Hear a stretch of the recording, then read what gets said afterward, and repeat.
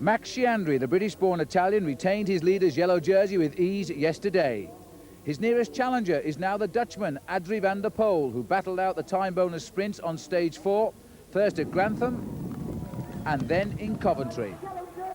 Today it's the Pennines, and will Sciandri survive the mighty chain to become the first Italian winner of the race? Yeah, I hope to win, you know. I mean, you never know till Leeds to the finish, but the team is still riding very strong. I'm riding well. It's a nice day. Just to get over the 2 hills all together, you know. I mean, the most important guys, and keep everything under control, you know. And I don't think there'll be problems in Leeds.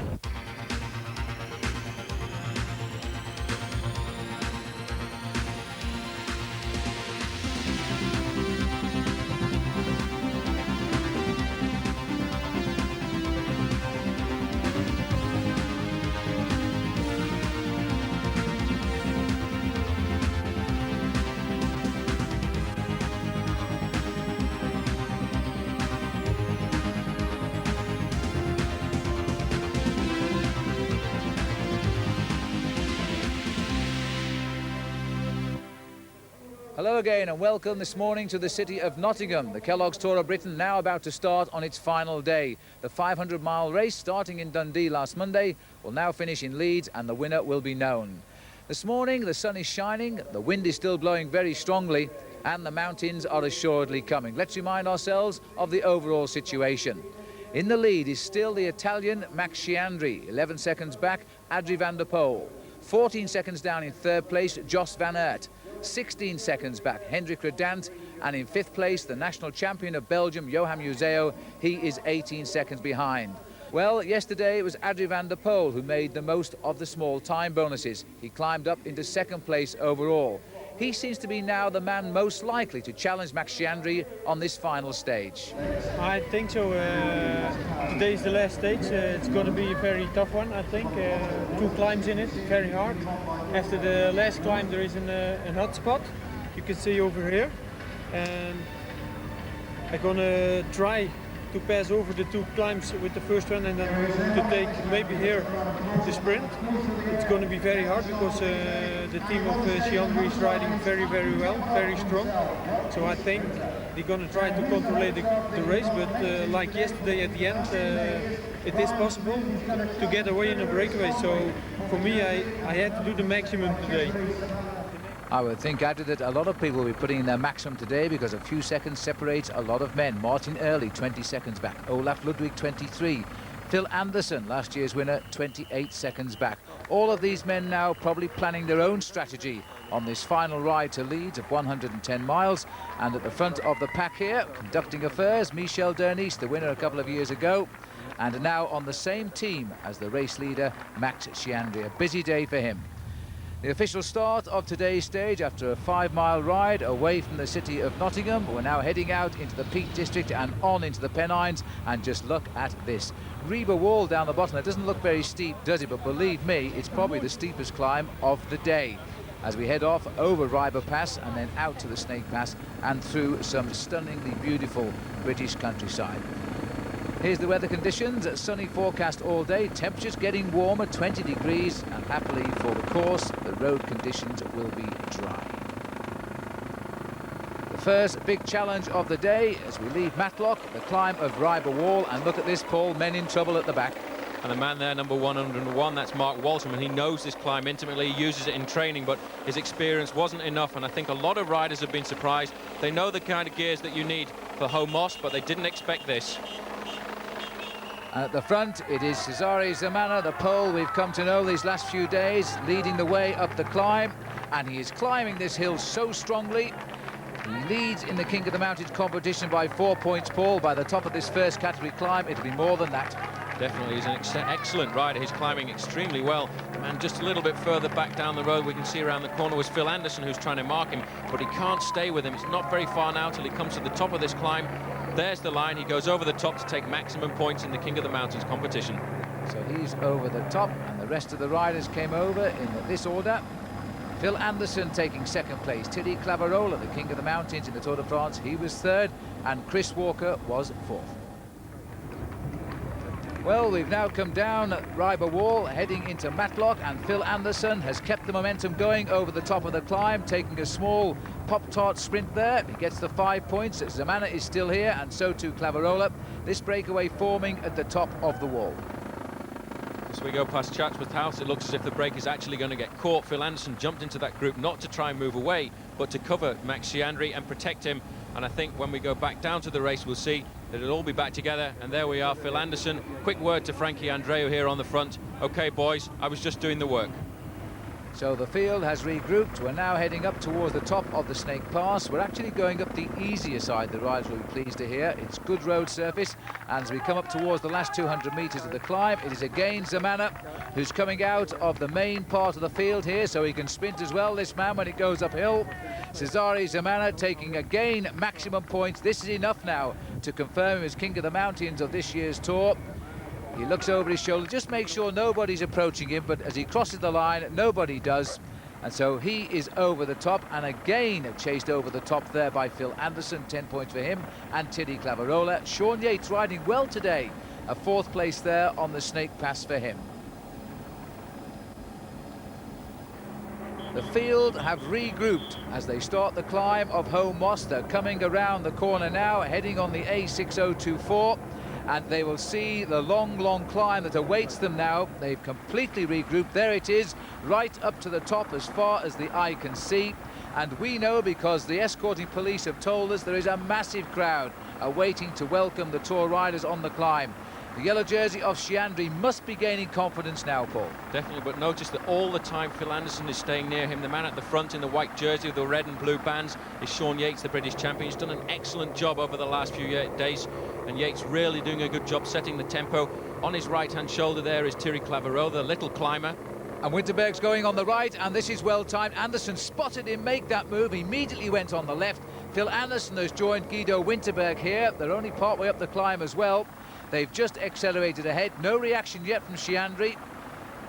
And this is Martin Early having a go now. Martin Early going clear.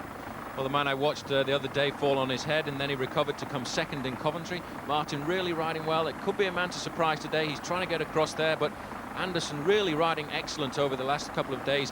Every time there's been a move, he's jumped into it to try and protect Chiandri's place. But Sean Yates still at the front of the pack, setting a good tempo. Yates is magnificent. He really is the strong man on the team. He's the workhorse. He never wins much because that's not his job. His job is to keep this race in contact, and that's exactly what he's doing. He's just hovering a little bit behind Martin Early here. Early coming up towards the 2 leaders. And every attack is a danger to the overall lead of Max Chiandri, because the whole field, apart from a handful at the back, are separated by only a few seconds. All of these riders having participated with distinction in the Tour de France over the years. And now they're spearheading the race as we go up towards the top of Home Moss. It's just a little bit beneath 2,000 feet when we climb to the top of this. Thank heavens the sun is shining. There's the yellow jersey. He sat in the pack there, and he's still being paced up by Sean Yates. The way he sits there, Paul, he just thrashes out the rhythm, doesn't he? He really is a powerful rider. He sits far back over the saddle and just forces down with those gears, and at the moment he's the lightest he's been for a long time. But there are some very good climbers moving to the front at the moment. I saw Thierry Clavarola in 3rd or 4th position, and Atle Kvalsvold, the Z rider, there too. So maybe as we get nearer to the summit, 1 or 2 of these climbers are going to start to attack. Well, you know, this really is the final chance for the climbers. They've got to get clear of the field before the top, I think, and then go for gold in the finish in Leeds, because once we're off the top of this climb, there are no more real hills to speak of in this year's Kellogg's Tour. Winterberg still tapping out the pace at the front, but they're hanging on nicely behind him. That's his position overall, but he's almost 4 minutes down. He's not a real danger. Phil Anderson, though, is riding behind him in his slipstream and not assisting with the pace. And just behind both of them is Martin Early. There's Anderson, last year's winner by a single second, and that's how close the race was a year ago. Well, the gap not really maturing at all here, not expanding. Yates still at the front, setting the tempo, setting a nice, comfortable tempo, not letting this group get too far away. Chiandri comfortably there in 3rd or 4th position. You see all the climbers are starting to come forward now. You just get a glimpse of Chiandri's yellow jersey every now and again, nice and comfortable. Here comes, it looks like Robert Miller starting to come to the front now. So the field has closed right down, the race coming together. And no sign of Chiandri, but he's there just behind Sean Yates. You can see him now from our helicopter. And so they've come together. I'm surprised they haven't split up a little bit more on this climb, but we're on what the riders call the easy side of Home Moss, where the roads are very wide and very good. And Anderson has now got himself back in control. That's Volsvold has come alongside. On the left of our picture is Clavarola. The two Z boys, who might well feature in the Wincanton Classic on Sunday, which of course goes over a similar course as today, in parts at least. Chiandri now must be gaining in confidence. He's found Sean Yates' back wheel, but Miller's gone.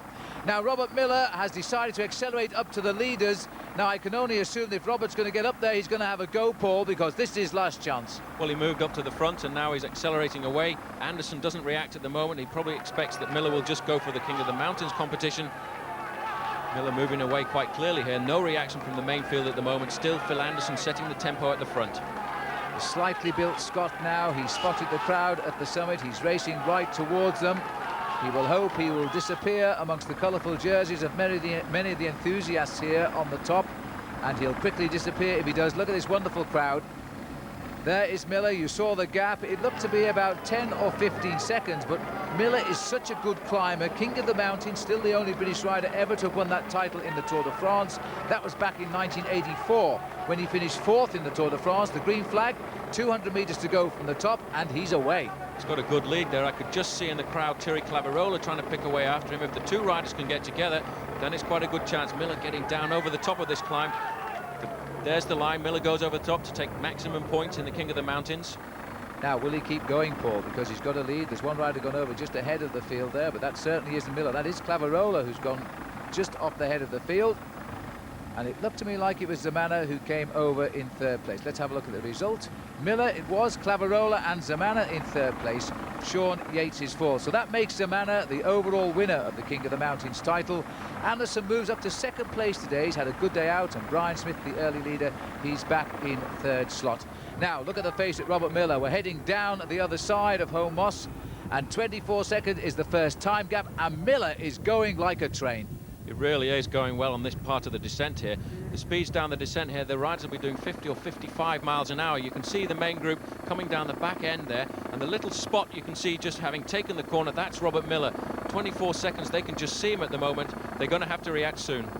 Well, this reminds me of the descents when Miller was racing down in towards Luchon, where he once won a stage of the Tour de France. Now into Huddersfield, a time bonus sprint here, and there's the gap. 1 minute and 17 seconds we're up to now. That means that Robert Miller, who started the day 33 seconds behind Chiandri here, is now in the race lead, and Chiandri is in trouble because he's losing time. This is a time bonus sprint, 3 seconds for the first rider. Miller gets that, and that will help him as well now as he heads off towards Leeds.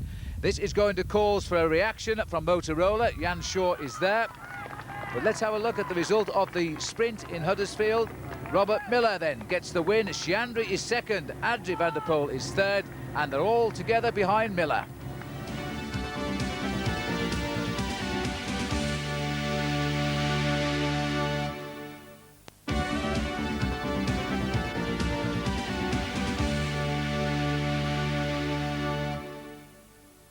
And welcome back to the final day of the Kellogg's Tour of Britain. 1 minute 49 seconds. Robert Miller now is the race leader on the road of the Kellogg's race.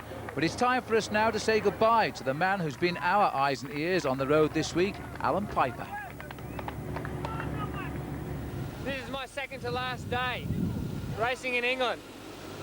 I'd just like to say thank you to all the people who watched me over the years, who came to support me in the mountains in the Tour de France, who cheered me on, sent me letters, read my articles. You people have really helped make a career for me. So thanks very much. It's been great.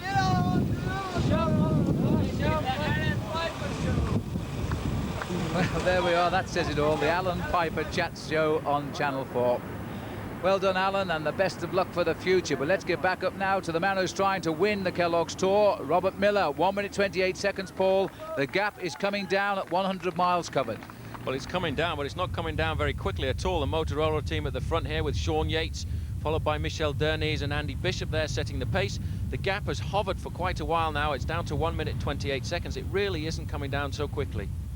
Well, the Motorola boys are getting themselves organised, and 1 or 2 Carrera riders trying to get in on the working group. The TVM rider here is trying to slow down the attack, because that is Alan van den Bosch. His idea is to try and disrupt the chase in defence of Robert Miller. Here's Alan Piper moving up as well. Van der Poel being looked after by Alan Piper as we come in towards the next sprint. This is Miller entering the circuit. He'll come over the line. He'll have 3 laps of an 8-kilometre, 5-mile circuit to go. He'll also get a 3-second time bonus here, Paul, which gives him 6 seconds pickup on the day. He's now only 20 seconds in real time behind the race leader, Max Schiandri. And look at this crowd here in Leeds as we go out on the circuit now. The gap is coming down, but he's not caught yet.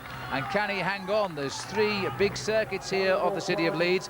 Here's the main field coming through, and this will be an interesting time bonus sprint as well. And let's have a look, because that was Adrie van der Poel on the left of our picture. He was second, and Eddie Schurer taking 3rd place. So van der Poel also making time there. Overall, Max Schiandri is the winner of the Pop-Tart Sprint competition. 24 points he's picked up since we rolled away from Dundee. Robert Miller now is feeling all of the pressure of taking over this race in the last 20 miles. Because the lead is down, as far as we know, to 50 seconds, so it is coming down quickly. He's still the yellow jersey, theoretically, though. He's still yellow jersey on the road and riding excellently. He's been doing speeds of 40 miles an hour over the last few descents here, but interestingly enough, behind, Adrie van der Poel has come up to be the same time as Max Schiandri, so if they come back to Robert Miller, it's going to be a very exciting bunch sprint. It's going to come down to the computer deciding the result if we keep this up, Paul. The Motorola boys here are riding well, and they put their strongman on the front. Sean Yates back into the finishing circuit here in Coventry, in Leeds, as we go through the finishing banner. Miller is out in front still, and the crowd are trying to urge him on now. But if they look further down the road, they're going to see the bunch is not that far behind. Miller has totally committed himself. It is everything or nothing for him now as we go through the city of Leeds, which is absolutely soaked in sunshine, and there are thousands watching the finish here. And they're all getting behind Robert Miller. That was an incredible roar when he came into the circuit. The people here really love to see him racing on British soil. The main field coming up now with 2 laps to go. There's going to be 10 miles for Robert Miller just to try and hang on there. All the time we keep seeing that white jersey of the national champion of Great Britain on the front there. Sean Yates really putting the full mask on as he only knows how to, and really pull this bunch along. Well, he's a superb cyclist, Sean Yates. He's had big wins of his own, including the Tour of Belgium in the past, and a great stage win in the Tour de France. So he has a pedigree, as well as being the man that the Motorola boys count on when it comes to the big chase down. Miller is the man he's chasing, and if we put them together, I'm not so sure you'd see Robert Miller. He weighs about 9 stone, 1 pound, and the big Sean Yates is now cutting down on him. Let's have a look as we pull back from the lone figure of Robert Miller. And there they are. Well, I make that gap about 15, 16 seconds. It's not very much, and now they'll begin to see Robert Miller. They'll know that the work they've done has been really well done. They'll know that Robert Miller will be about to crack. He's been in front for such a long time now. He's been away since the top of Home Moss, but now the attacks are coming thick and fast on the circuit. May well be one of the Helvetia riders going again. Difficult to see from the helicopter. May well be Guido Winterberg, who's tried. He's tried so many times during this race here. You see the attacks really speeding up the field now, and that's the end of it for Robert Miller. He's been caught, but what a valiant effort to try and take the Kellogg's Tour on the last day. He did the only thing he possibly could do, Paul. He used his ability on the mountains to get away, and he did that. He broke the field at that point. He went away very, very quickly indeed, but these 3 circuits here of Leeds have been his downfall. Shandy can breathe again, but of course the finish is still to come, and it's still literally a few seconds between the top 4 riders in the overall. It will go down to the bonus times on the line possibly, and the yellow jersey is well aware of that. So too are the rest of his team here as they try to get up to the front now to sort out the big sprint, and Yates again is being the strong man. Yeah, he's really taking a look at that face on him. This is what the riders in the Tour de France call the full mask of Sean Yates. He's really dishing out the pain at the moment, and they're having a difficult job trying to stay on his wheel. Well, the speed of the main field here is tremendous as they come down, and they're running back now on towards the hedgerow. Finishing banner is right in the distance there, and the attacks are still being launched very thick and fast. That's Adriano Tappi, who's gone clear. A stage winner indeed in this race a couple of years ago, and he's trying now to clip away before the finish.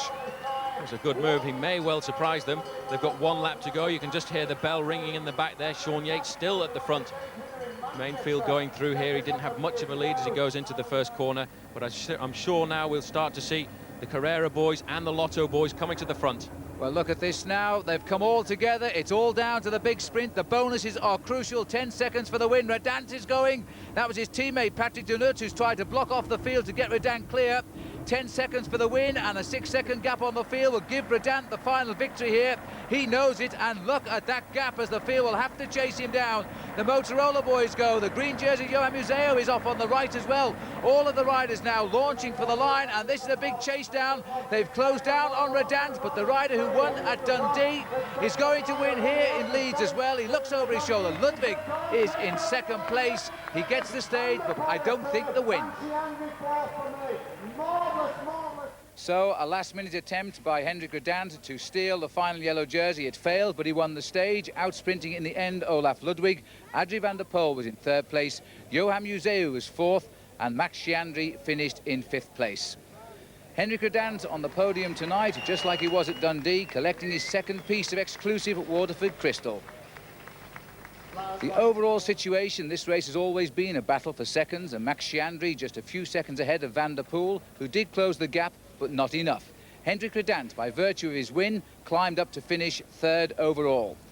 The yellow jersey, the first ever time that Max Schiandri has won a final yellow jersey, and Paul Schoen is with him at the finish. So it's been a very difficult day. Were you nervous? Oh, very, very, very nervous. Most nervous day of my life. More than the first day I started professional, you know. But, you know, the first time I was in a leader's jersey, and quite a bit of responsibility, you know, but a good job. I had Phil very good with the tactics, and Sean with the legs, and all the other boys, you know. What about the attack by Robert Miller? Did that worry you a little bit? Because he nearly went to 2 minutes. Well, he's on his own. If it was two guys, it was a bit more worrying, but, you know, on his own, it's gonna be more difficult. You know, having a team riding a steady pace in the front, he would have came back. It was a headwind too, you know, so everybody worried me at the end, the final laps here, every attack, you know. I was chasing either myself or with Sean or with Phil or Michelle, everybody. And Max taking full advantage there of riding on a very strong team. Well, they really looked after him today on the road into Leeds. He also triumphed in two other competitions. The points competition for the most consistent daily finisher, that's the green jersey, and also the white jersey for the sprint competition, the Kellogg's Pop-Tart Series, out on the course. And so the under-24 winner, Martin den Bakker, the young man here taking the red jersey. He was the former champion of Holland as an amateur, now making his way as a top professional. In the King of the Mountains, it was Cesare Zamana who triumphed on the big climbs better than most. Well, the Kellogg's Tour may be over, but cycling on Channel 4, nor here in the city of Leeds, certainly is not, because on Sunday, it's round 7 of the World Cup competition, and it's the Wincanton Classic, a race that will last more than 7 hours. They're using much of the same course as today, and the riders in the Kellogg's Tour will soon be joined by riders from other top teams throughout Europe, including Claudio Chiappucci, and we hope Stephen Roach, who through injury was unable to start in the Kellogg's Tour. The route will take the riders over Home Moss twice, the opposite way to the way we came today. We're going up the steep side. Now, if you're going out on the course, especially to Home Moss, the police are saying the roads up Home Moss may be closed as early as 6 a.m. You may only get your car as far as the village of Home. After that, you'll have to walk. But I'll tell you, if the weather's like this, that won't be too much of a hardship. I hope you've enjoyed our coverage of the Kellogg's Tour. If you can't be out with us on Sunday, do join us on Channel 4 at 5:30 Sunday night for 1 hour highlights of the Wincanton Classic. And until then, from me, Phil Liggett, and my co-commentator, Paul Sherwin, goodbye.